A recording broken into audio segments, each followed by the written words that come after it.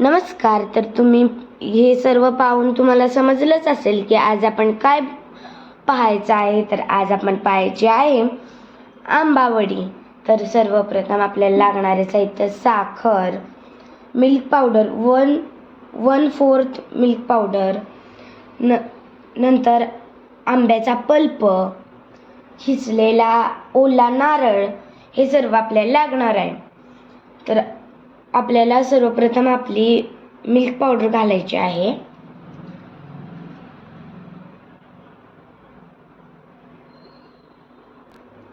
आता आपण पाहूया की किती वाटे आपलं खोबरं होत आहे.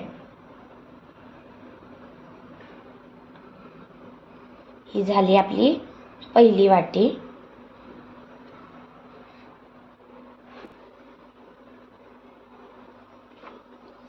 ही आपली दुसरी वाटी.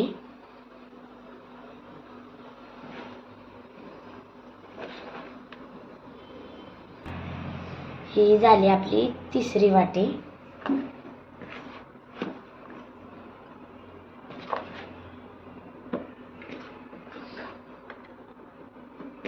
आता आपल्या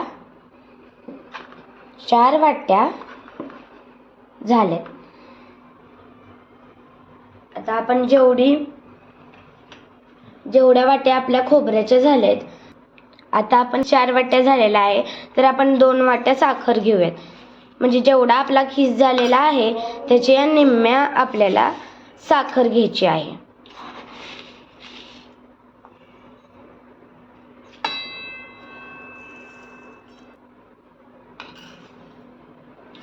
तुम्ही साखर कमी सुद्धा घालू शकता.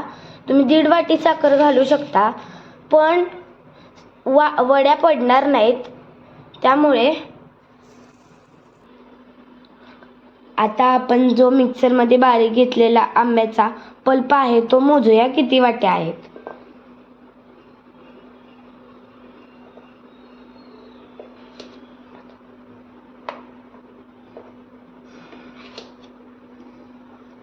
ही झाली पहिली वाटी.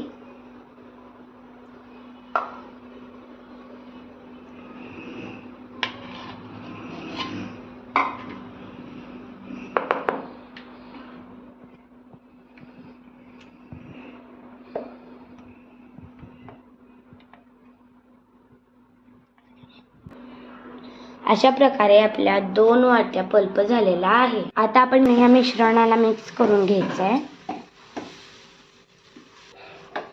मगाशी आपण जे मिश्रण घेतलेलं कढईत त्याला अर्धा पाऊण तास अशा प्रकारे हलवून घ्यायचं, जोपर्यंत अशा कन्सिस्टन्सीमध्ये येत नाही. आणि नंतर त्याला एका ताटात घेऊन त्याच्या वड्या पाडून घ्यायचे. असे मी एक ताट आणि परात घेतलेले आहे, त्यामध्ये आपण तूप लावून घेऊयात.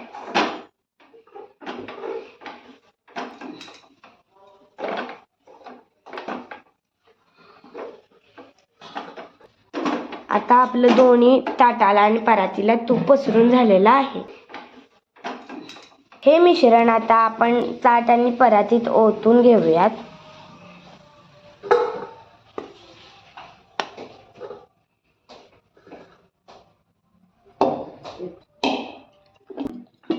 आता हे गार झाल्यानंतर आपण वड्या पाडून घेऊया. आता आपली आंबावडी तयार झालेली आहे. मी तर आता जाते एन्जॉय करायला. तुम्ही पण एन्जॉय करा. आता मिळूया पुढच्या व्लॉग मध्ये.